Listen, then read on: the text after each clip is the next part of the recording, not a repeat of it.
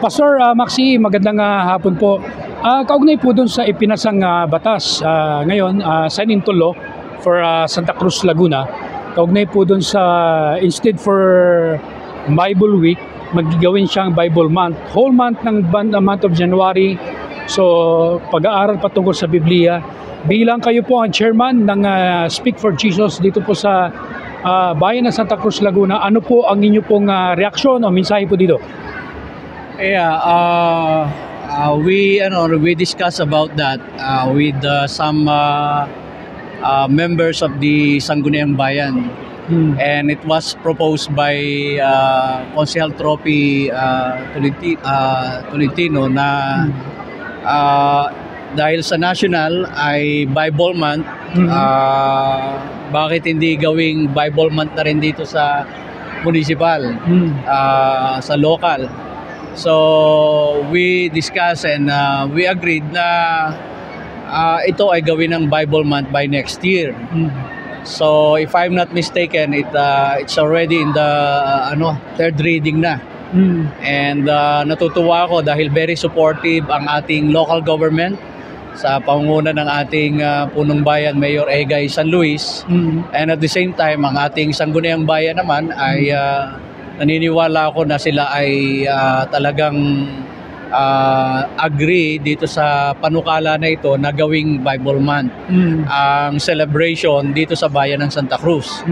And if I'm not mistaken, pag nagkataon, baka kauna-unahan dito sa lalawigan natin, sa probinsya ng Laguna, na ang Santa Cruz ang unang magse-celebrate ng buwan ng celebration o pagdiriwang ng Bible, So it is also agreed sa national na merong Bible Day, and that is every last Monday of January of every year ay sineselebrate dito.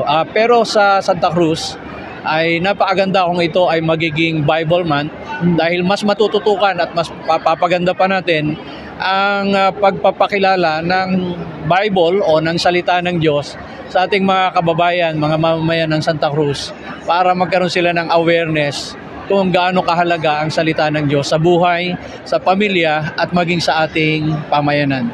Ito po ba ay pagpapakita, Pastor, na ang pamumuno sa good governance dito sa Santa Cruz, Laguna, ito po'y pagpapahalaga o kaya ngayon magdagdag ng kaalaman sa lahat ating mga kababayan in terms of spiritual values or moral values na marami pang mga kababayan dito mahikayat na sila magbalik loob sa ating Panginoon?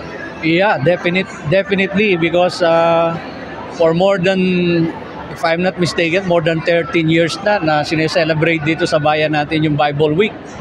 At sobrang dami na nag-benefits dito at meron kami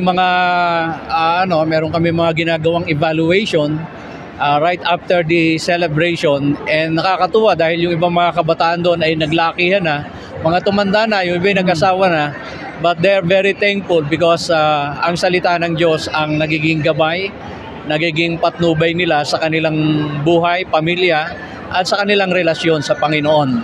Kaya sobrang laki ng tulong nito regardless of their faith or religion. Naniniwala tayo na ito ay kailangan nating lahat.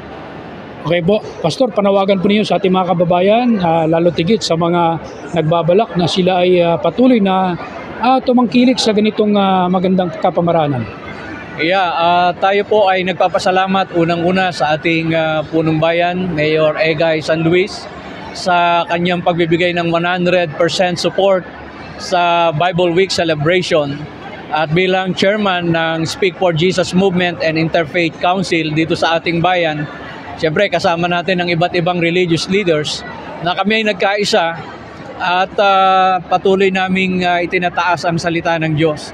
Kaya sana ang lahat ay makisama at makiisa para dito, at gayon din ang Sangguniang Bayan, ang SB members ay nagpapasalamat din kami sa inyo dahil ipinasa ninyo itong panukala na ito noon at ngayon ay gagawin ng Bible Month celebration. At sana nga ay lubos itong makatulong sa ating mga kababayan dito sa Santa Cruz, regardless of their ages, regardless of their status in life. Naniniwala tayo na pagsasalita ng Panginoon, ang pag-uusapan, ay tayo po ay magkakaisa. Maraming salamat po, Pastor Maxi, sa inyo pong pagkakataon at naibahagi ninyo ang inyong pong mensahe para po sa ating mga kabayan dito sa bayan ng Santa Cruz. Yan po si Pastor Maxi, dito chairman dito po sa lahat ng Speak for Jesus sa buong bayan po ng Santa Cruz. Maraming salamat po.